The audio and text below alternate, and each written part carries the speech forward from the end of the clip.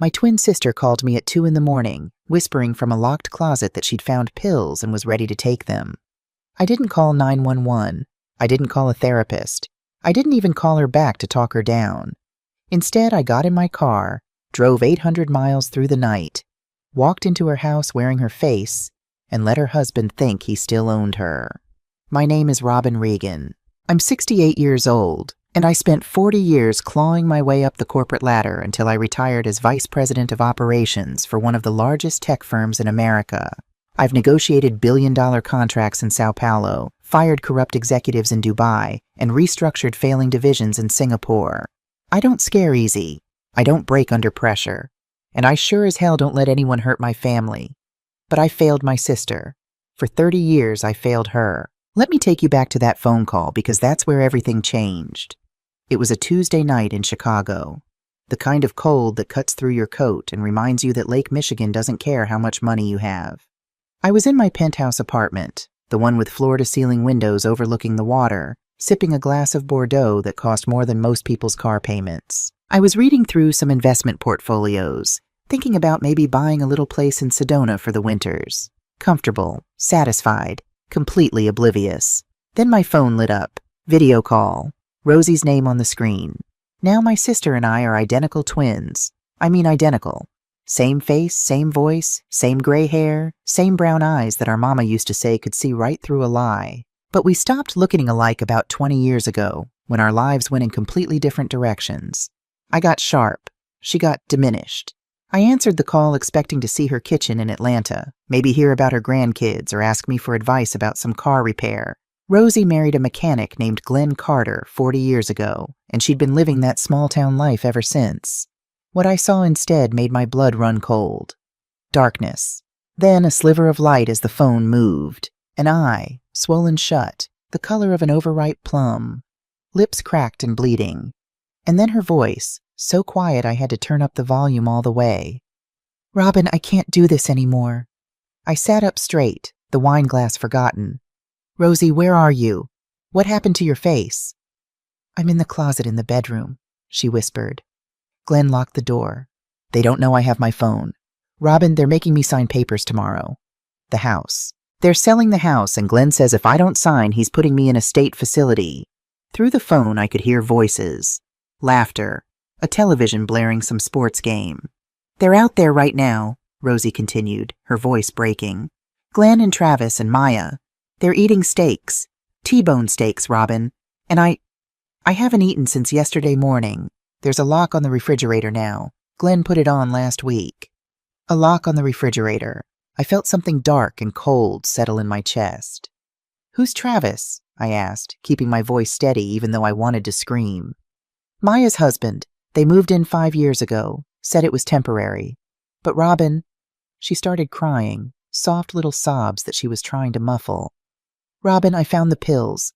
Glenn's sleeping pills. A whole bottle. I took them from the medicine cabinet and I have them right here in my pocket. I think I'm just going to take them and go to sleep. I'm so tired of being afraid. I'm so tired of being hungry. I'm just done." "No," my voice came out like a whip crack. "Rosie, you listen to me. You are a Regan. Mama didn't raise us to quit. You understand me? But I don't care what they're doing. I don't care what they said. You put those pills back right now. You hearing me?" She nodded, tears streaming down the one side of her face I could see. "Now listen carefully," I said, already standing up, already moving toward my bedroom. "Can you get out of that house?" "The back door's unlocked," she whispered. "But Glenn has the truck keys. He always keeps them." "Then you walk, you hear me?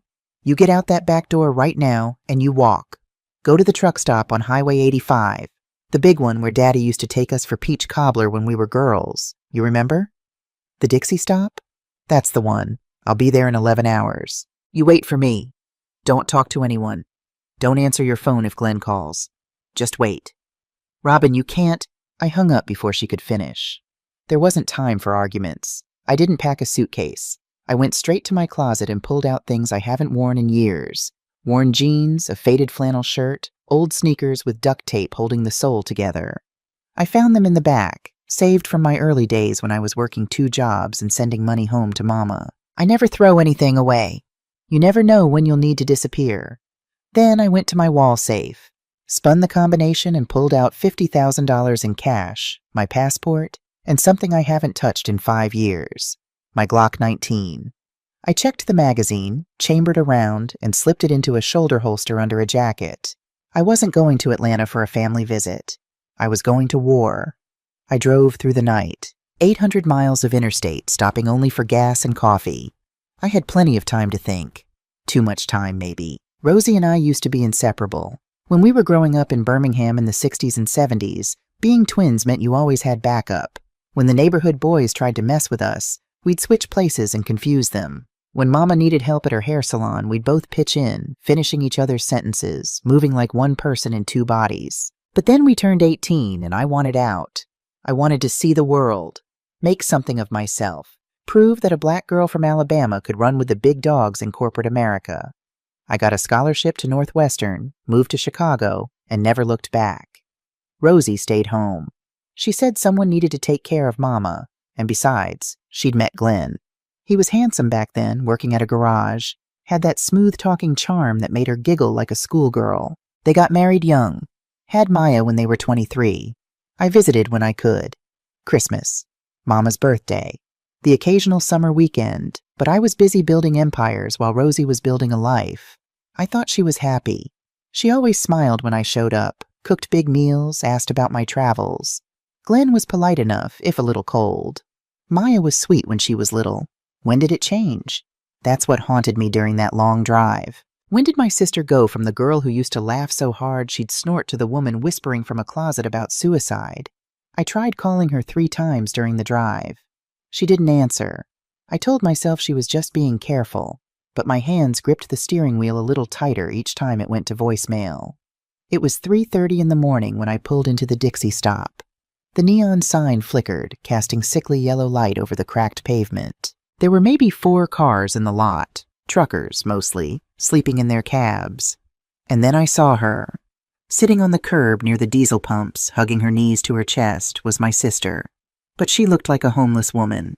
Her clothes were stained with old grease and what might have been food. Her shoes, I kid you not, were held together with duct tape. She was so thin I could see her collarbones jutting out through her shirt like knives. I pulled my Lincoln Navigator right up in front of her. She flinched, actually flinched, raising her arms like she expected to be hit. I got out of the car fast. "Rosie, baby, it's me. It's Robin." She looked up, and in the harsh light I could see her face clearly for the first time. Both eyes were bruised now. Her bottom lip was split. There were finger-shaped bruises on her arms. She looked at me for a long second, like she was trying to remember who I was. Then she collapsed into my arms, sobbing. She weighed nothing. I could feel every rib, every vertebra in her spine. My sister, who used to be thick and curvy, who Mama used to say had meat on her bones, was a skeleton wrapped in skin. I held her tight and let her cry. And while I held her, I made a decision. This wasn't going to be a rescue mission where I swooped in, paid for a lawyer, and sent her to some women's shelter while the system slowly, maybe possibly got around to delivering justice. No, I was going to do this my way. We sat in my car with the heat cranked up. I had a thermos of coffee and some sandwiches I'd grabbed at a gas station. I handed her a turkey and Swiss. She ate it like she'd never seen food before, swallowing huge chunks without even chewing. "Slow down, baby," I said gently. "You'll make yourself sick." She nodded but kept eating. Between bites, she told me everything. 5 years ago, Maya and Travis moved into the house. Just temporary, they said. Travis had lost his job. They needed to get back on their feet. Glenn agreed immediately. He didn't ask Rosie. 6 months became a year became 2. Travis started calling Rosie by her first name instead of Mom, then old woman, then worse things. "He trips me," Rosie said quietly, staring at the sandwich. "On purpose, in the kitchen. He sticks his foot out and when I fall he laughs. Glenn laughs too." They moved her out of the master bedroom 3 years ago. Said her coughing at night was keeping them awake. Them, Glenn and Travis. They put her in the basement. "There's just a mattress down there," Rosie whispered. "On the concrete. It's cold, Robin, it's so cold. And at night, Glenn locks the door from the outside. Says it's for my own safety, so I don't wander around and hurt myself." She pulled up her sleeve. There were rope burns around her wrists. Last month I tried to leave. I packed a bag and got as far as the driveway. Travis caught me. He tied me to a chair in the basement for 2 days. Said I needed to think about my behavior. Glenn knew. Maya knew. Nobody stopped him. The lock on the refrigerator came next. Then they started feeding her from a dog bowl on the floor. Actual leftovers. Bones with gristle still on them, cold rice, whatever they didn't want. They take my pension check, she said. Every month, $3,500. Glenn cashes it and gives me $20. He says it's my allowance for being good. I listened to all of this without interrupting. I learned a long time ago that in business, the person who talks first loses. You listen, you gather information, you build your case. When she finished, she looked at me with those bruised eyes and said, "Robin, I just want to disappear. I want to stop existing. It would be easier." I reached over and took her hand. "Baby, you're not going to disappear. They are." She shook her head. "You don't understand. Glenn has lawyers. He told me last week that he has papers that say I'm incompetent, that I'm senile. He says if I try to leave, he'll have me committed. He says nobody will believe me over him." "Well," I said, smiling for the first time since this nightmare began, "it's a good thing they're not dealing with you anymore, isn't it?" She looked confused. "What do you mean?" I pulled a bag from the back seat. Inside were the clothes I'd brought.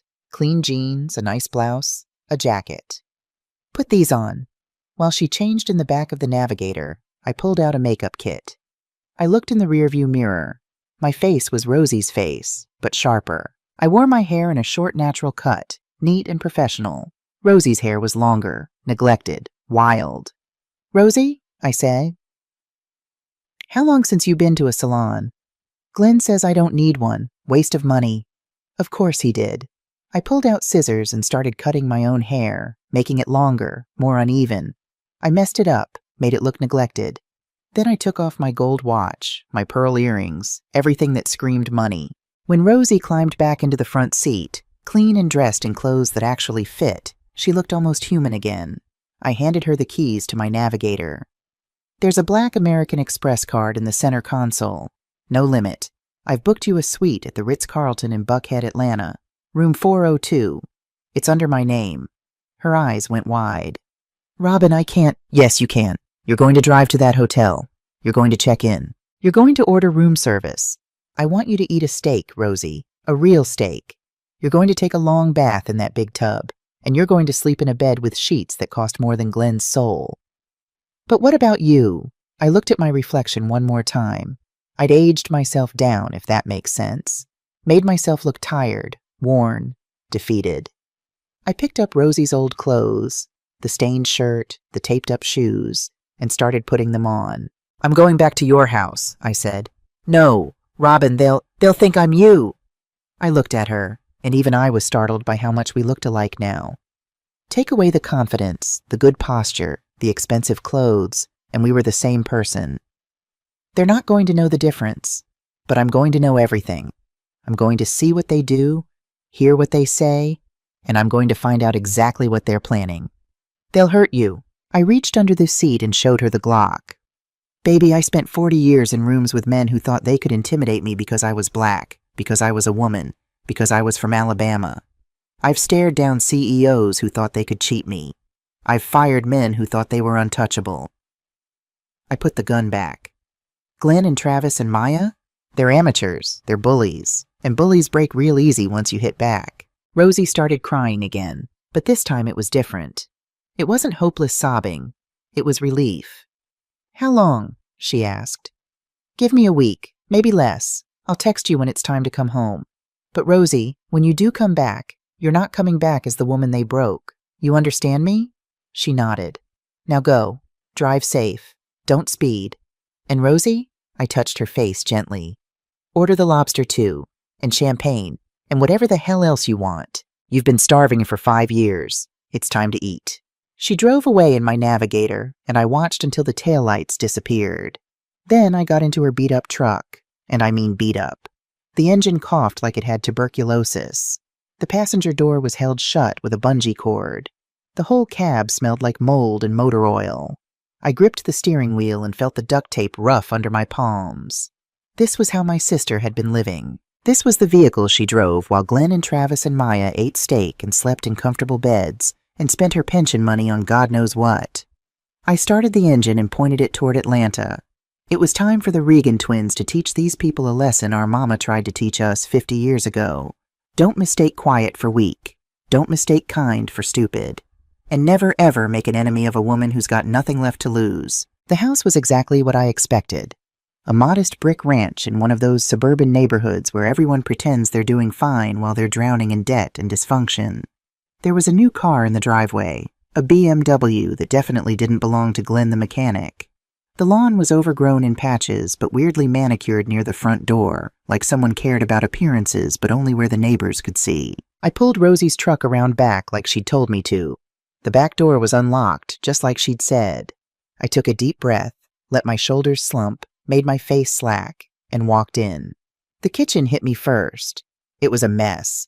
Dirty dishes piled in the sink, takeout containers on the counter, empty wine bottles lined up like trophies.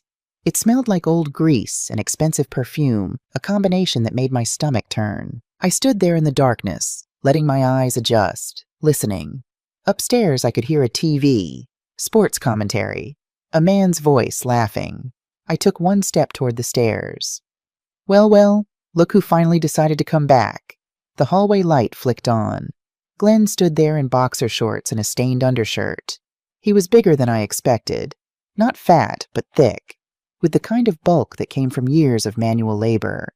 His face was red, puffy, alcoholic red. He didn't ask where I'd been. He didn't ask if I was okay. He reached over to the counter, grabbed a dirty, wet rag that had been sitting there and threw it at me. It hit me in the chest with a wet slap and fell to the floor. "I thought you'd finally done us a favor and walked into traffic," he said. His voice was casual, conversational, like he was commenting on the weather. "But here you are, like a bad penny." I stood there, looking at the rag on the floor. Every instinct in my body was screaming at me to straighten up, to speak, to put this man in his place. But that wasn't the plan. I let my shoulders stay slumped. I looked at the floor. "Clean up this floor, Rosie," Glenn said. "Travis spilled wine last night and he's going to be up in an hour. If he sees this mess, he's going to be in a bad mood, and you know what happens when Travis is in a bad mood." He walked past me to the refrigerator. I saw the padlock on it, shiny and new. He pulled out a carton of orange juice, took a long drink straight from the container, then turned back to me. "Don't expect breakfast, by the way. You lost your kitchen privileges when you disappeared last night." He looked me up and down with pure contempt. "Thought about calling the cops. Then I figured, where would you even go? You got no money, no friends, no car. You're stuck here with us, old woman. Might as well accept it." He walked back toward the stairs. "Get that floor clean. And don't make noise. I need my sleep." I waited until I heard his footsteps on the stairs, heard the bedroom door close. Then I slowly bent down and picked up the rag. My fingers closed around it, and I had to force myself not to squeeze too hard, not to let the rage show on my face. I looked at the sticky spot on the floor where wine had dried. I looked at the refrigerator with its padlock. I looked at the dirty dishes, the empty bottles, the evidence of people who thought they could live like kings on someone else's suffering. "Yes, Glenn," I whispered to the empty kitchen. My voice was rough, quiet, exactly like Rosie's. But inside I was Robin Regan. I was the woman who'd fired a department head in front of his entire team for embezzling. I was the woman who'd restructured a failing division by cutting out the dead weight without mercy. I was the woman who'd looked at a hostile takeover attempt and said, "Try it, see what happens." I got down on my hands and knees and started wiping the floor. And with every swipe of that rag, I made a mental list. Glenn, Travis, Maya, they'd taken everything from my sister. Her dignity, her peace, her will to live. I was going to take it all back.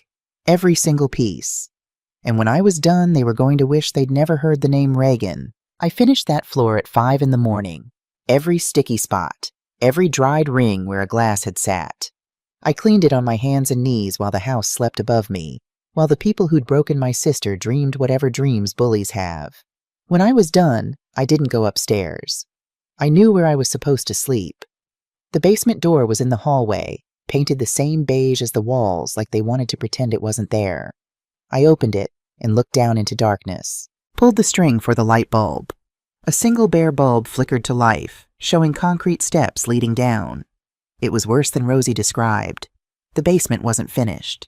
Bare concrete walls sweating with moisture, exposed pipes running across the ceiling, a furnace in the corner that clanked and hissed, and in the far corner, on the cold concrete floor, a twin mattress. It was stained yellow and brown, covered with a single thin blanket that smelled like mildew. No pillow, just a balled-up jacket. Next to it, a plastic bucket. I walked over and looked in the bucket. It was her bathroom. At night, when they locked the door at the top of the stairs, this bucket was all she had. I stood there in that basement, in that prison, and felt something in my chest go very still and very cold. This wasn't neglect. This wasn't even abuse in the traditional sense. This was systematic dehumanization. This was a plan to break a person down until they stopped being a person at all. I sat on the edge of that mattress. The springs creaked. I felt the cold of the concrete seeping through. In Chicago, I slept on a Tempur-Pedic mattress that cost $8,000. I had Egyptian cotton sheets, a goose-down comforter, and a heated blanket for winter. My sister had been sleeping here for 3 years. I heard footsteps above, heavy ones, a door slamming. The house was waking up. I lay back on the mattress and stared at the ceiling, at the water stains and the cobwebs. I could hear them moving around up there. Voices, muffled. The sound of the TV starting up. And I waited. Because that's what Rosie would do. Wait until she was called. Wait until she was needed. Wait until someone remembered she existed. The basement door opened at 7. Sunlight stabbed down the stairs, and a voice called out, "Hey, old woman, get up here, we need breakfast." I climbed those stairs slowly, making my movements stiff like my back hurt. I kept my eyes down. Travis stood at the top. Travis Mitchell. I'd heard Rosie describe him, but seeing him in person was different. He was in his early 30s, white, with that soft body of someone who'd never done a day of real work. He was wearing expensive-looking pajama pants and no shirt, holding a coffee mug that said "World's Best Dad." He didn't move out of the doorway. Made me squeeze past him. As I did, he stuck his foot out slightly. Not enough to trip me, just enough to make me stumble. I caught myself on the door frame. He laughed. "Careful there, Rosie. You're getting clumsy in your old age. Wouldn't want you falling and breaking a hip. We can't afford the hospital bills." I looked up at him for just a second. Let him see my eyes. Something flickered across his face. Confusion, maybe. Like he'd seen something that didn't belong. But then he shook his head and took a sip of his coffee. "Kitchen," he said, pointing. "Maya wants eggs. I want bacon. Glenn wants the usual. You remember how he likes it, don't you?" I shuffled into the kitchen.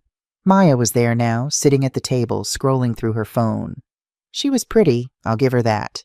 Took after Rosie when Rosie was young. Full face, nice curves, but her eyes were hard. She looked up when I came in, then immediately looked back at her phone like I wasn't worth her attention.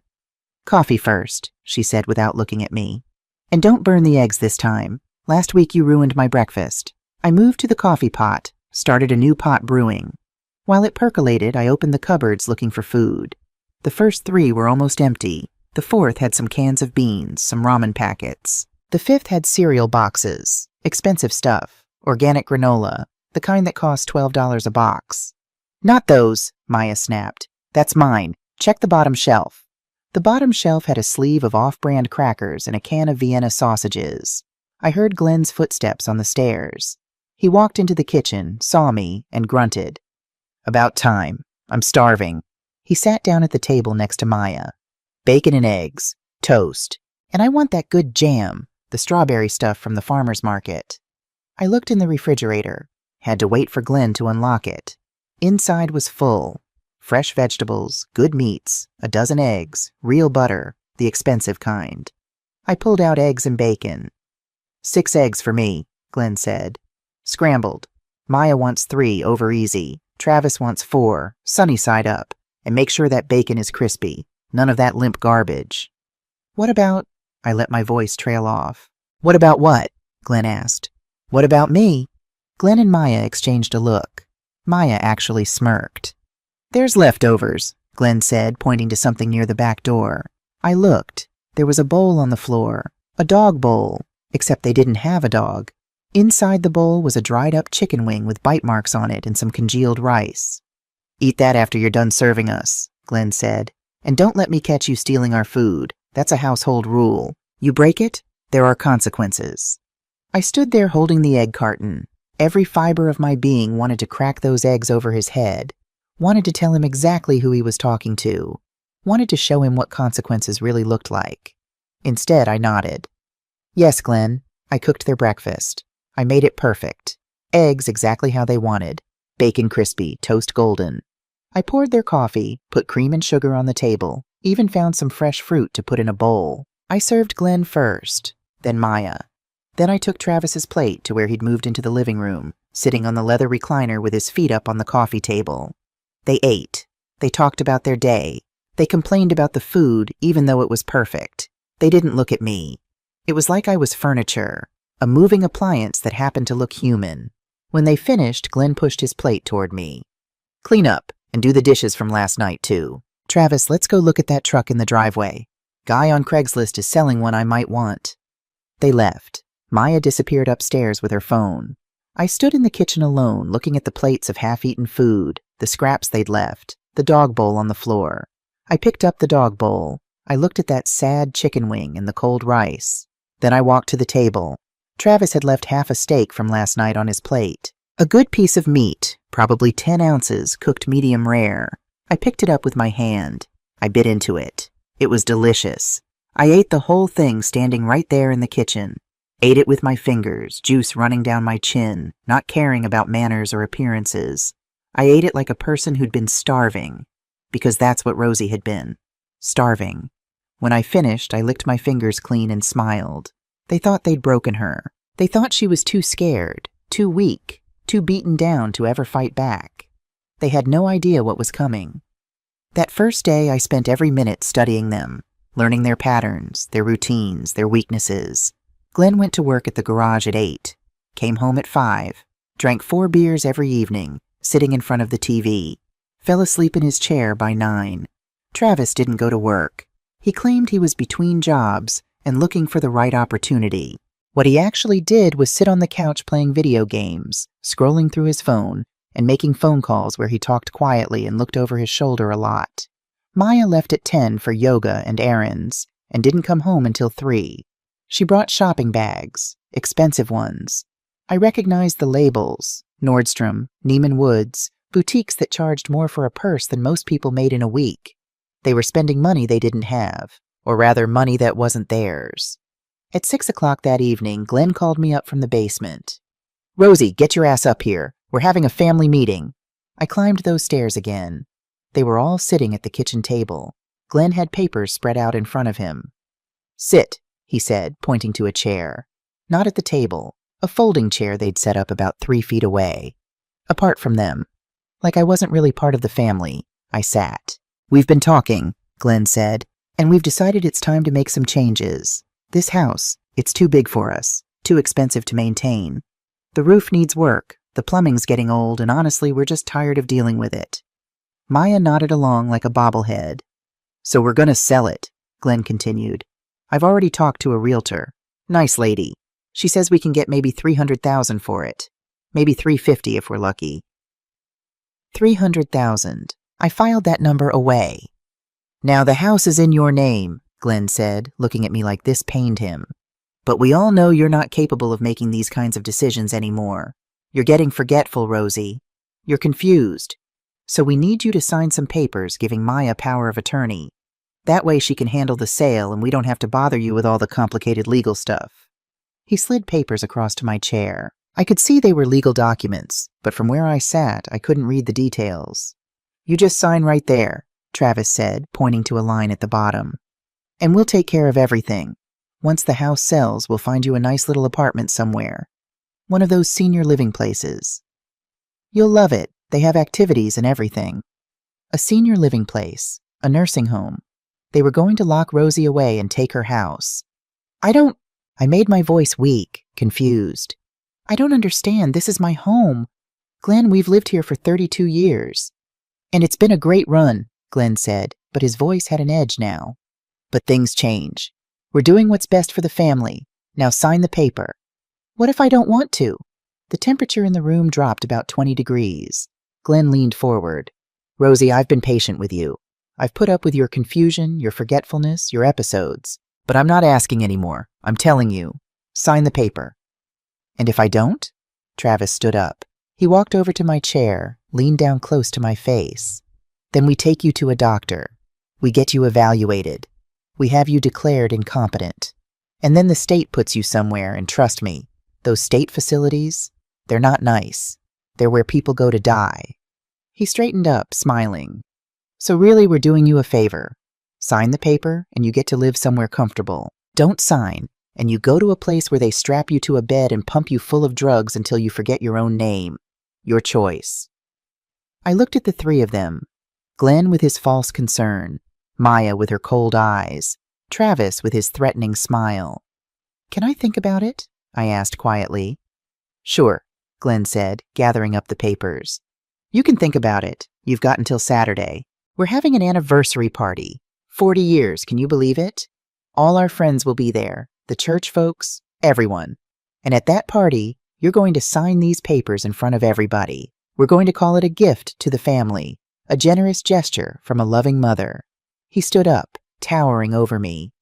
And if you even think about making a scene, about embarrassing us in front of our friends, I promise you, Rosie, you'll regret it. We'll have you in a facility by Monday morning. Understand? I nodded, kept my eyes down. Good. Now get back in the basement. I don't want to look at you right now. I stood up and shuffled toward the basement door. As I reached it, I heard Maya say, God, she's pathetic. And Travis, yeah, but after Saturday, she's not our problem anymore. They laughed. I went down those stairs and closed the door behind me, heard the deadbolt slide home, locked in for the night. I sat on that mattress in the dark for exactly 5 minutes, long enough for them to forget about me, to go back to their TV shows and their phones and their comfortable lives. Then I reached into my bra and pulled out the lockpick set I'd sewn into the underwire. I walked to the top of the stairs, put the pick in the deadbolt, applied tension, felt for the pins. Click, click. The bolt slid back. I opened the door a crack, listened. TV playing in the living room. Someone laughing at a sitcom. I slipped out, moved through the house like smoke. I've done this before. In Sao Paulo, I once had to retrieve documents from a locked office while security was doing rounds. You learn to walk quiet when your career depends on it. I found Glenn's office in what used to be the spare bedroom. The door had a cheap lock. I opened it in 3 seconds. Inside, there was a desk piled with papers. I pulled out my phone, a burner I'd bought at a truck stop, and started photographing everything. Bills, bank statements, a leather ledger where Glenn kept handwritten accounts. I opened the ledger. There it was in black and white. Monthly income. Rosie's pension, $3,500. Glenn's salary, $2,800. Monthly expenses. Mortgage, $1,200. Travis crypto investment, $2,000. Maya shopping, $600. Glenn liquor store, $300. Utilities, $350. Rosie's allowance, $20. I photographed every page. Months and months of theft documented in Glenn's own handwriting. Then I found something else. In the bottom drawer, taped to the underside, a manila envelope. Inside was a life insurance policy. I held my phone's flashlight closer to read it. Policyholder, Rosie Carter, coverage amount, $500,000. Beneficiary, Travis Mitchell. Policy date, 3 months ago, $500,000. And Travis was the beneficiary. Not Glenn, not Maya. Travis. I photographed every page of that policy. Then I kept digging. Property tax statements, a letter from a real estate development company, zoning maps, and buried under everything else, a commercial property appraisal. I read it twice to make sure I wasn't mistaken. The house, Rosie's house, wasn't worth $300,000. According to this appraisal dated 2 weeks ago, the land alone was worth $4 million. $4 million. I sat back in the chair and let that sink in. The house sat right in the middle of a proposed commercial development. Shopping center, major highway access. The appraisal specifically noted, Keystone property. Without this lot, project cannot proceed. Travis knew. That's why he was pushing so hard for the sale. That's why he had the life insurance policy. That's why he'd loosened the gas line. I'd found those wrench marks, fresh scratches on the fitting. If Rosie died, he got $500,000. If she signed the house away, he could sell it to developers for $4 million. Either way, he won. And Rosie ended up with nothing. Or dead. I photographed everything. Then I put it all back exactly as I'd found it. Relocked the office door. Ghosted back to the basement. Slid the deadbolt home from the inside so they'd think it had never been opened. I lay on that moldy mattress and opened an encrypted message to Sterling, my lawyer in Chicago. Attached all the photos. Typed a simple message. Attempted murder. Fraud. Elder abuse. Property worth $4 million. They're trying to steal it. Need full legal package by Saturday. Also need deep background on Travis Mitchell and Maya Carter. Everything. His response came back in 30 seconds. On it. This is bad, Robin. I typed back. I know, but I've seen worse. Start the paperwork. I'll send more intel tomorrow. I put the phone away and stared at the ceiling. The pieces were coming together, but I needed more. I needed them to feel safe enough to show me who they really were. I needed to dangle bait they couldn't resist. The next morning, I woke to someone pounding on the basement door. Rosie, get up! Glenn needs you to make breakfast before he goes to work. Same routine. Climb the stairs, cook the food, serve them, watch them eat while I got scraps. But today was different. Today, I was going to poke the bear. While I was washing dishes, I accidentally dropped one. It shattered on the floor. Glenn came running. What the hell was that? I'm sorry, I said, my voice trembling. My hands, they're shaking. I don't know why. He looked at my hands. They were trembling, but not because I was old or scared, because I was making them tremble. You're falling apart, he muttered. Travis, get in here. Travis appeared, still in his pajamas. She's getting worse, Glenn said. Look at her, shaking, dropping things. I think we need to move up the timeline. What do you mean? I asked quietly. Glenn looked at me like I was a problem to be solved. I mean, I think we need to take you to see a doctor. Today. Get you evaluated. See if you're safe to even be in this house. I'm fine, I said.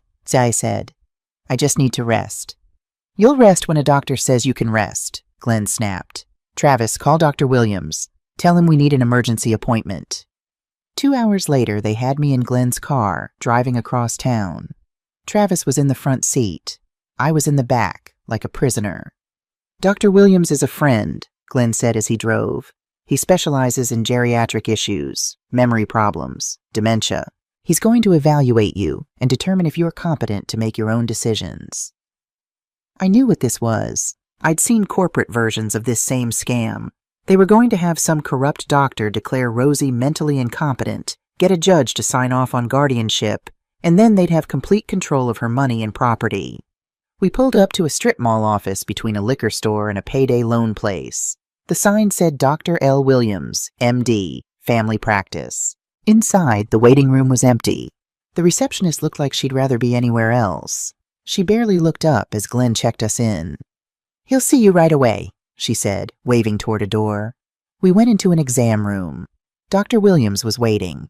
He was in his 50s, sweating despite the air conditioning, with shaking hands and the bloodshot eyes of a serious drinker. His white coat had a stain on it. This wasn't a real doctor. This was a pill mill operator, the kind who'd been kicked out of better practices and ended up in strip malls prescribing opioids for cash. Mrs. Carter, he said, not looking at me directly. Your husband says you've been having some problems, memory issues, confusion. Is that right? Before I could answer, Glenn jumped in. She's been getting worse, dropping things, forgetting conversations. Last week she left the stove on and almost burned the house down. That was a lie. But Dr. Williams just nodded and wrote it down. We think she needs medication, Travis added. Something to help her stay calm, keep her from getting agitated. Dr. Williams pulled out a syringe. It was already filled with clear liquid. This is just a mild sedative, he said. It'll help you relax. Help us do a proper evaluation. I knew what that was.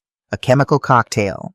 Once they got that in my system, they could do whatever they wanted. Sign papers with my fingerprints on them while I was unconscious. Have me declared incompetent while I drooled and stared at walls. Dr. Williams approached with the needle. I let him get close. Real close. Close enough that he thought he had me. Then I moved. I grabbed his wrist. Not gently. I grabbed it with the full strength of a woman who spent 40 years in boardrooms where showing weakness got you destroyed. I twisted his arm, forcing the needle away from me, pointing it back at his own chest. The syringe clattered to the floor. "What the—" Glenn started. I stood up, dropped the tremor from my voice, straightened my spine. Let them see who was really in this room. "Sit down, Dr. Williams," I said. My voice was different now, deeper, stronger. The voice I used when I was firing someone. "We need to have a conversation." Dr. Williams stumbled back, hitting the exam table. His face had gone white. "Who are you?" he whispered. "I'm someone who knows about the gambling debts you have," I said quietly. "I know about the $50,000 you owe to John Rivera. I know Rivera gave you until Friday to pay or he's going to break your fingers." His mouth fell open. "How do you—" "I also know about the prescriptions you've been writing," I continued. "The DEA is investigating you, Dr. Williams. Did you know that? They've been watching you for 3 months. You're about 6 weeks away from losing your license and going to federal prison." That was a bluff, but from the way his face drained of color, I'd hit close enough to home. "What do you want?" he asked. "I want you to walk into that waiting room and tell my husband that I am the sanest woman you've ever examined. I want you to write on your official letterhead that I am fully competent, fully capable of managing my own affairs, and that any attempt to declare me otherwise would be medical malpractice." "But Glenn said—" "I don't care what Glenn said. Glenn doesn't own you. I do, because I paid off Rivera this morning. I bought your debt, Dr. Williams. You don't work for Glenn anymore. You work for me." That was also a bluff, but it didn't matter. Dr. Williams believed it. I could see it in his eyes. The shift from predator to prey. Glenn jumped up. "Now wait just a minute." "Sit down, Glenn," I said, not looking at him. "Adults are talking." The shock on his face was almost funny. Almost. Dr. Williams looked from me to Glenn, then back to me. He made his choice. He grabbed his prescription pad and started writing, his hands shaking so hard he could barely hold the pen. "Fully competent," he muttered as he wrote. "Capable of managing her own affairs. No signs of dementia or cognitive decline." He signed it, stamped it, and practically threw it at me. I folded it carefully and put it in my pocket. "Thank you, doctor. We won't be needing your services again." We walked out. Glenn and Travis were speechless, following me like confused dogs. In the car, Glenn finally found his voice. "What the hell was that? What did you do in there?" I looked at him in the rearview mirror. Let him see my eyes. Really see them. "I took care of business," I said. Something I'm very good at. For the first time since I'd arrived, I saw fear in Glenn's face. Real fear. Good. That evening I made my move. While they were all gathered in the living room watching TV, I walked in and stood in front of the screen. "Turn it off," I said. Maya looked up, annoyed. "Excuse me?" I said turn it off. We need to talk. Glenn stood up. "Rosie, get out of the way. We're watching." "I won a lottery," I said. The room went silent. "What?" Maya asked. "A scratch-off ticket. I had $5 I'd saved up. Bought a ticket at the gas station last week. Won." Glenn took a step closer. "Won what? How much?" I looked at each of them. I could see it in their eyes already. The greed, the hunger, the calculations running through their heads. "Enough," I said. "Enough to buy new clothes." I gestured to the outfit I was wearing. I'd changed into something nicer earlier, some of Rosie's old clothes from the back of the closet that still fit. "Enough to never worry about money again." "How much?" Travis demanded. I smiled. "Enough that I don't need your help anymore. Enough that I think maybe I don't want to sell the house after all." And then I walked out of the room and went down to the basement, leaving them sitting there with their mouths open. I lay on the mattress and listened to them upstairs. They were arguing, loud enough that I could hear some of it. "She's lying," that was Travis. "What if she's not?" Maya's voice, shrill and excited. "We need to find out how much." Glenn, trying to be the voice of reason. "The party," Maya said. "We can use the party. Get her emotional, get her in front of everyone, pressure her to share the money with family." Perfect. They were doing exactly what I wanted.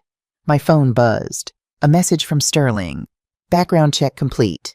Travis has $89,000 in gambling debts. Real estate company he works for is a front. He's actually a consultant for developers. He knows about the property value, Found evidence he's been negotiating side deals. Also, Maya has $40,000 in credit card debt Glenn doesn't know about. They're all drowning. Your sister's money is the only thing keeping them afloat. Another message. Divorce papers ready. Restraining orders ready. Fraud complaints filed with DA. Say the word and we drop the hammer. I typed back, not yet. Saturday. The party. I want witnesses. Lots of them. You're enjoying this? Sterling, these people tried to kill my sister. Tried to steal everything she had. Tried to erase her from existence. Damn right I'm enjoying this. I put the phone away and stared at the ceiling. 4 more days until Saturday. 4 more days until the anniversary party where they plan to humiliate Rosie one last time, force her to sign away her home in front of all their friends. 4 more days until I burn their world down. And the best part? They still thought I was Rosie. They still thought they were dealing with a broken old woman who'd been beaten into submission. They had no idea they'd let a wolf into their house. A wolf who was very, very hungry. The days between Wednesday and Saturday felt like watching a pot come to boil. I could see the heat building, the pressure rising, even if they couldn't. Glenn spent those days making phone calls. Yeah, we're having the party at the house. No, nothing fancy, just family and friends. 40 years, can you believe it? His voice was all syrupy sweetness when he talked to people from church, but the second he hung up, his face went hard. He was planning something. They all were. Thursday morning, Travis cornered me in the kitchen. Glenn and Maya were out running errands. So, he said, sitting on the counter while I was supposed to be washing dishes. This lottery win. That's pretty convenient timing. I kept my eyes down, my voice quiet. Just lucky, I guess. How much was it? Exactly. I don't remember exactly. Enough. He hopped down from the counter and got close to me. Too close. I could smell the stale beer on his breath. See, here's the thing, Rosie. I don't believe you. I think you're making it up. I think you're trying to get out of signing those papers, and you thought a little story might make us back off. I turned to look at him, kept Rosie's beaten-down expression on my face. It's not a story. Prove it. What? Prove it. Show me the ticket. Show me the money. I dried my hands on a towel. It's in a safe place. Where? A bank. Which bank? I just looked at him. This was the moment. I could see him deciding whether to push harder or back off. His eyes narrowed. You know what I think? He said softly. I think you're getting brave. I think maybe you forgot what happens when you don't cooperate. You remember that chair in the basement? The rope? My heart was pounding, but not with fear, with rage. I wanted to break his nose right there, wanted to show him what happens when you threaten a Regan woman. But not yet, not yet. I remember, I whispered. Good, because after the party on Saturday, if you don't sign those papers, we're going to have another one of our conversations. Just you and me. And this time maybe I'll use something stronger than rope. Understand? I nodded, kept my eyes down. He patted my cheek, hard enough to sting. That's my girl. Now finish those dishes. And don't even think about running. We're watching you. After he left, I stood at the sink, my hands gripping the counter so hard my knuckles turned white. I looked at my reflection in the window. The face was Rosie's. But the eyes, those were mine. Robin Regan's. And they were ice cold. I pulled out my phone and texted Sterling. He just threatened me with physical violence, in case we need it for the restraining order. Already noted in the file. How are you holding up? I've negotiated with Mexican drug cartels and Russian oligarchs. This is amateur hour.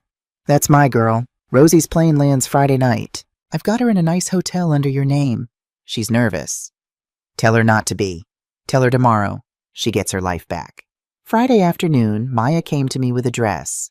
A dress I recognized from years ago, from when Rosie used to have nice things. Try this on, Maya said, tossing it at me. For the party tomorrow. Glenn wants you to look presentable. Can't have you embarrassing us in front of our friends looking like a homeless person. The dress was outdated, the fabric worn, but it was clean. I took it. And shower, Maya added, wrinkling her nose. You smell like that basement. Use soap this time. That evening I did shower. First hot water I'd had since I got here. While the water ran over me, washing away days of sweat and dirt, I let myself think about Rosie, about the phone call from Sterling earlier. She looks better, he'd said. She's gained about 8 pounds. got some color back in her face. But Robin, she's scared. She keeps asking if this is real, if they can really make her go back. They can't, I told him. After tomorrow, they'll never touch her again. She wants to talk to you. Not yet. Tomorrow. I need her reaction to be real. I need everyone at that party to see the genuine shock when she walks in. Now, standing in that shower in my sister's house, I let myself feel the weight of what I was about to do. This wasn't just about revenge. This was about reclaiming a life. This was about showing a woman who'd been broken that she could be whole again. I got out, dried off, and looked in the mirror. Steam covered the glass, but I could still see my face. Rosie's face. Our face. Tomorrow, I whispered to my reflection. Tomorrow they learn what the Regan twins are really made of. Saturday morning arrived with perfect weather, 75 degrees, not a cloud in the sky. The kind of day that feels like a gift, like the universe is cooperating with your plans. By 8 a.m., the caterers arrived. Glenn had spent a fortune, money he didn't have, money he'd stolen from Rosie, on a white tent, tables, chairs, flowers. The backyard was transformed into something out of a magazine. I watched from the basement window as they set everything up. Watched Glenn directing people, playing the role of the proud husband, celebrating 4 decades of marriage. Watched Maya fussing over decorations, making sure everything looked perfect for her social media photos. Watched Travis on his phone, probably texting his developer contacts, probably already counting the money he'd make from selling the property. They were so confident, so sure this would go their way. At 10 a.m., Glenn came down to the basement. Get dressed. Party starts at 1. You need to be ready to greet guests. What about breakfast? I asked. You can eat at the party. After. When the guests are gone. Right now I need you presentable and smiling. Can you do that? I nodded. He stared at me for a long moment. You've been acting strange this week. Different. I don't like it. I'm just tired. Yeah, well, after today you can rest all you want. In your new apartment. Away from us.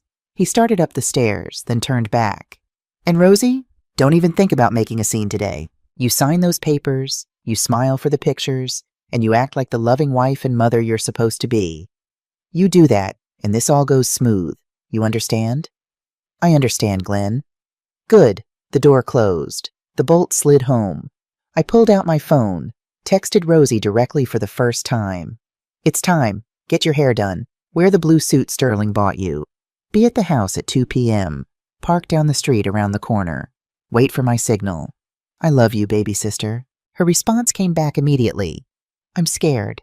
I know, but I'm going to be right there with you. And after today, you're never going to be scared again. Trust me. I do. I love you, Robin. I put the phone away and got dressed. Put on that old dress Maya had given me. Looked at myself in the cracked mirror hanging on the basement wall. One more time. I was Rosie one more time, but not for long.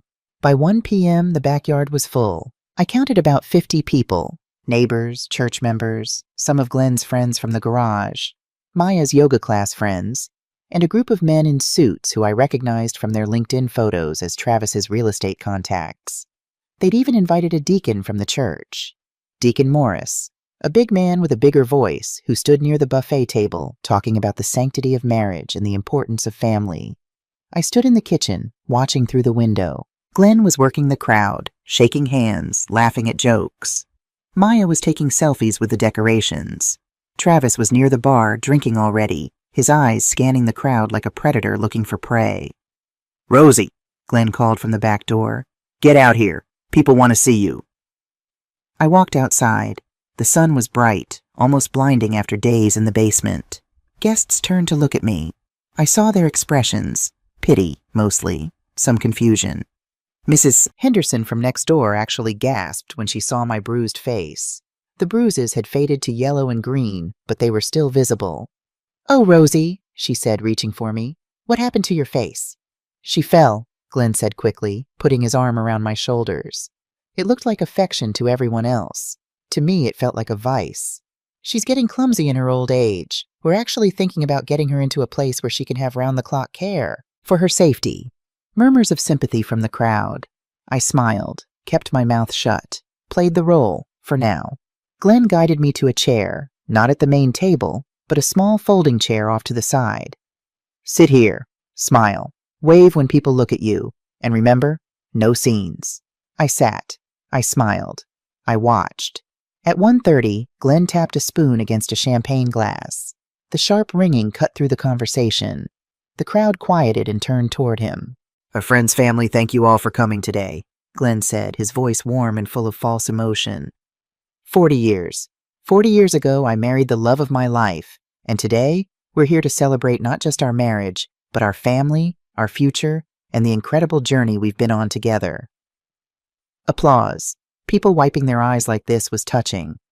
"Now, Rosie's been my rock through all these years," Glenn continued. "She stood by me, supported me, raised our daughter, and built this home with me. And today, she wants to do something special. Something that shows just how much she loves her family." He gestured to me. "Honey, come on up here." My heart was pounding. This was it. The moment they'd been building to all week. The moment they thought they'd won. I stood up slowly, walked to where Glenn stood on a small raised platform they'd set up near the tent. He handed me a microphone. "Go ahead, honey," he said, smiling that smile I'd learned to hate. "Tell everyone about your gift." I took the microphone, looked out at the 50 faces staring at me. Some curious, some already emotional, all of them expecting to see a sweet old lady thank her family and give them everything. I cleared my throat. "Thank you all for coming today," I said. My voice was soft, shaky, exactly like Rosie's. "It means so much to see all these familiar faces, people I've known for years, people who've watched our family grow." Glenn nodded encouragingly.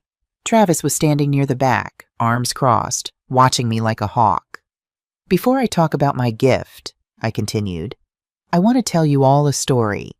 About marriage. About family. About what it really means to love someone for 40 years. Glenn's smile flickered slightly. "Most of you think you know me," I said. "You think you know Rosie Carter, the quiet woman who goes to church, who smiles and nods, who never causes trouble. The woman who's always in the background, always serving, always taking care of everyone else." I took a step forward. "But I wonder how many of you know about the basement." The crowd shifted. Uncomfortable looks exchanged. "The basement where I've been sleeping for 3 years, on a mattress on concrete, with a bucket for a bathroom because the door gets locked at night." Glenn's face went red. "Rosie, what are you? I wonder how many of you know about the dog bowl." I kept going, my voice getting stronger. "The dog bowl on the kitchen floor where I eat leftovers, while my family eats steak, while they spend my pension check on liquor and shopping and gambling." Maya stood up. "Mom, you're confused. I wonder how many of you know about the lock on the refrigerator, or the rope burns on my wrists from when Travis tied me to a chair for 2 days because I tried to leave." Gasps from the crowd. Mrs. Henderson had her hand over her mouth.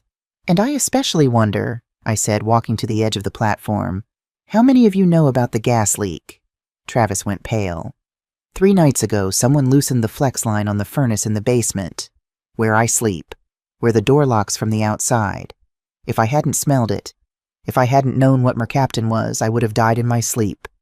Or the house would have exploded. The crowd was dead silent now. Phones were coming out. People were filming. Glenn grabbed for the microphone. "She's confused. She has dementia. She doesn't know what she's saying." I pulled the microphone away from him, reached into my dress pocket and pulled out the papers Dr. Williams had written. "According to this medical evaluation from 3 days ago, I'm perfectly sane, fully competent, no signs of cognitive decline." Glenn's mouth opened and closed like a fish. "But the best part," I said, reaching into my other pocket and pulling out my phone, "is that I recorded everything." I connected the phone to the speaker system. Glenn had rented expensive equipment, ironically enough. My voice was about to be amplified for everyone to hear. Travis's voice boomed out over the speakers. "It's not about her, Glenn. It's about the dirt. This house is sitting on $4 million.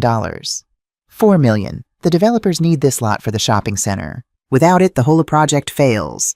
And that old bitch is too stupid to even know what she's sitting on." The crowd erupted. Shocked gasps, angry mutters, people standing up. I let the recording play. Glenn trying to convince Dr. Williams to declare me incompetent. Maya laughing about how pathetic I was. Travis talking about the life insurance policy. $500,000 if she dies. We just need to make it look like an accident. By the time the recordings ended, half the guests were crying. The other half looked ready to lynch Glenn and Travis on the spot. Deacon Morris stood up, his face purple with rage. "Glenn Carter, what in God's name?" "It's lies!" Glenn shouted. "She's making it up. She edited those recordings." "Did I edit this?" I asked, pulling out more papers. "These are bank statements. Your bank statements, Glenn. Showing you've stolen over $100,000 from my pension over the last 5 years. Or how about this?" I held up the life insurance policy. $500,000 on my life, with Travis as the beneficiary, taken out 3 months ago, right around the time someone started accidentally leaving the stove on, right around the time the brakes on my truck stopped working. Travis bolted. He actually tried to run, but Sterling had been standing in the crowd. I'd flown him in yesterday, and he stepped in front of Travis with 2 police officers I'd had waiting around the corner. "Travis Mitchell," one of the officers said, "you're under arrest for attempted murder, fraud, and elder abuse." The crowd parted as they cuffed Travis. He was screaming, "She's crazy! This is a setup! Glenn, tell them!" But Glenn wasn't talking. Glenn was staring at me with an expression I'd never seen before. Fear. Pure, undiluted fear. Because he'd finally seen it. The shift in my posture. The confidence in my voice. The way I was standing like someone who'd spent 40 years in boardrooms, not basements. "Who are you?" he whispered. I reached up and took off the reading glasses Rosie wore, dropped them on the platform, stood up straight, shoulders back, head high. "I'm not Rosie," I said. The backyard went silent, 50 people holding their breath. "My name is Robin Reagan," I said clearly. "I'm Rosie's twin sister, and I've been living in this house for the past week, watching you, recording you, documenting every single crime you've committed against my sister." Glenn staggered backward. That's impossible." "Is it?" I turned to the gate at the side of the yard. "Rosie, honey, you can come in now." The gate opened, and my sister walked through. She was wearing a beautiful blue suit that fit her perfectly. Her hair was done, styled at a salon. She had color in her cheeks, strength in her stride. She looked healthy. She looked alive. She looked like me. The crowd lost their minds. People screaming, pointing, trying to understand how there were 2 Rosies standing there. Glenn actually stumbled, catching himself on a table. "No, no, no, no!" Rosie walked straight to the platform, straight to me. We stood side by side, identical twins reunited, and the look on Glenn's face was worth every second of sleeping on that moldy mattress. "Hello, Glenn," Rosie said.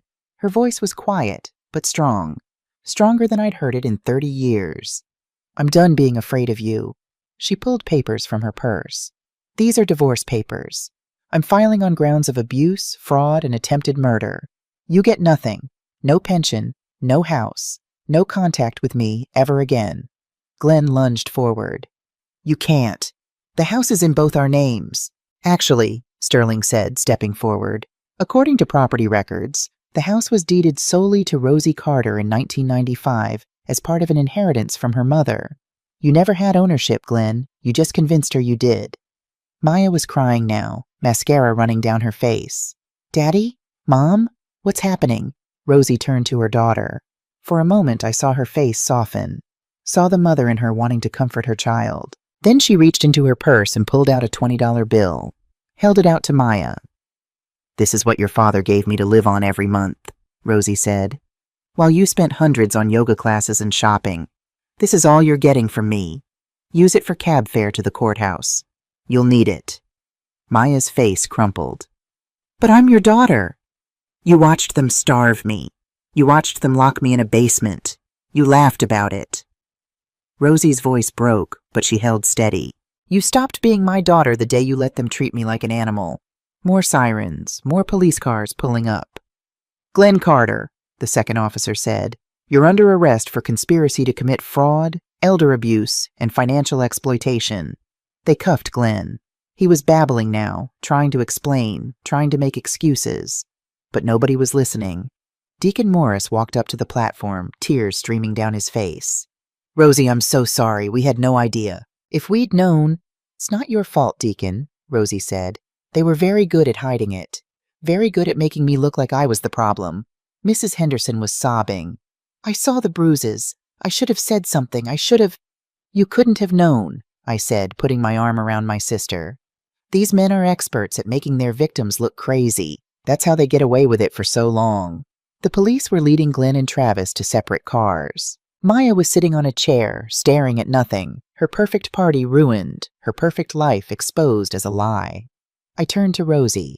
You okay? She looked at me. Then she started laughing. It was a surprised laugh, the laugh of someone who's been holding their breath for years and finally remembered how to breathe. I'm free, she whispered. Robin, I'm actually free. We hugged, really hugged, the way we used to when we were kids, when the world was simpler and we only had each other. You're more than free, I said into her ear. You're about to be rich. 3 months later, I sat in a courtroom in Atlanta watching justice being served. Travis got 10 years in federal prison. No parole. The attempted murder charge stuck, along with fraud and elder abuse. His lawyer tried to argue he was just following Glenn's lead, but the life insurance policy with his name as beneficiary buried that defense. Glenn got 8 years, plus a restraining order that prevented him from coming within 500 feet of Rosie for the rest of his life. In civil court, Rosie was awarded full ownership of everything: the house, the pension, every penny. Glenn left the marriage with nothing but a prison sentence and a destroyed reputation. Dr. Williams lost his medical license and got 2 years probation. He testified against Glenn and Travis, which helped, but his career was over. Maya wasn't charged criminally, but she became a social pariah overnight. The video of the party went viral, 4 million views in the first week. She lost her job, her friends, her social status. Last I heard, she was working at a diner off the interstate, living with roommates she couldn't stand, drowning in debt. Rosie sold the house to the developers for $4.5 million. The check cleared in 2 days. She didn't buy a mansion. She didn't try to win back the people who'd ignored her suffering. She did exactly what she'd always wanted to do, but never thought she could. She bought a luxury RV, 40 feet of freedom on wheels, bought a truck to tow it, bought a camera to document her travels, and she left.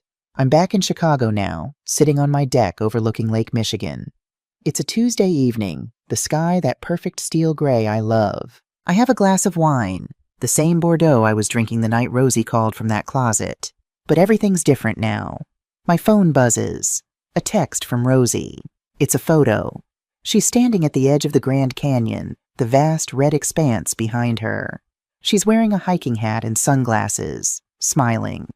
It's the biggest smile I've seen on her face since we were teenagers. The caption reads, Day 47, Arizona is beautiful. Heading to Sedona tomorrow. Thank you for giving me my life back, sister. I text back. I didn't give it back. You took it back. I just helped you remember how. Another photo comes through. This one's a selfie of both of us from the day after the party. We're standing in Sterling's office, both wearing suits, both smiling. We look like twins again. Not because we're dressed the same, but because we both have that light back in our eyes. I pour another glass of wine and look out at the water. I think about the life I built, the corporate ladder I climbed, the battles I fought in boardrooms and conference rooms across 3 continents. All of it felt important at the time. Critical, even. But nothing I did in those 40 years mattered as much as driving 800 miles in the middle of the night to save my sister. Nothing I accomplished felt as good as watching Glenn and Travis being led away in handcuffs. Nothing I built lasted as long as the moment Rosie laughed, really laughed, for the first time in years. My phone rings. It's her, video call. I answer. Hey, baby sister, I say. She's in her RV, somewhere with mountains in the background. She looks healthy, happy, whole. I just wanted to tell you something, she says. I met a woman today at a campground. Nice lady, about my age. We got to talking and she told me she's been stuck in a bad situation. Her son and his girlfriend moved in, started taking over her life, treating her like a burden. I sit up straighter. What did you tell her? Rosie smiles, that strong smile, the Reagan twin smile that our mama gave us. I told her I knew someone who could help, someone who doesn't back down from bullies, someone who spent a week sleeping on a basement floor just to gather evidence. Rosie, and I gave her your number. I hope that's okay. I look at the phone, at my sister's face, and I think about what Sterling told me. Robin, you're building a reputation. We've gotten 3 calls this month from people in similar situations. They're calling you the twin. They say if you have a sister being abused, if someone's trying to steal from a family member, you call the twin and she fixes it. I hadn't planned on this becoming a thing. I just wanted to save Rosie. But maybe that's how things like this start. One sister saves another. Word spreads. Hope spreads. It's more than okay, I tell Rosie. Give her my number. Tell her I'll call tomorrow. I love you, Robin. I love you too, baby sister. Now go enjoy that sunset. Send me pictures. After we hang up, I sit there in the gathering darkness, thinking about the woman Rosie met. Thinking about her son and girlfriend who think they can get away with it because their victim is old, is quiet, is beaten down. They don't know what's coming. They don't know about the Regan twins. They don't know that sometimes the person you think is weak has a sister who spent 40 years learning how to destroy people who deserve it. I pick up my phone and start making a list. Things I'll need, questions I'll ask, evidence I'll have to gather. Because here's what Glenn and Travis and Maya learned too late. You can abuse someone for years. You can break them down, make them small, convince them they're nothing. But blood is blood. And when you hurt someone's sister, when you try to erase someone's twin, you're not just dealing with one person anymore. You're dealing with two. And we Regan women, we don't forgive. We don't forget. We investigate. We document. We build cases. We gather evidence. And then we destroy. I raise my glass to the darkening sky. To the woman Rosie met today, who doesn't know yet that her life is about to change. To every person out there being abused by family members who think they can get away with it. Here's to the switch, I whisper. The wine tastes like victory, like justice, like the beginning of something bigger than I'd planned. My phone is on the table, charged and ready, because somewhere out there right now, someone's calling their twin, their sister, their family member, whispering from a closet, hiding from people who are supposed to love them, thinking about pills, about giving up, about just going to sleep and never waking up. And when they call, I'll answer. I'll always answer, because that's what family does.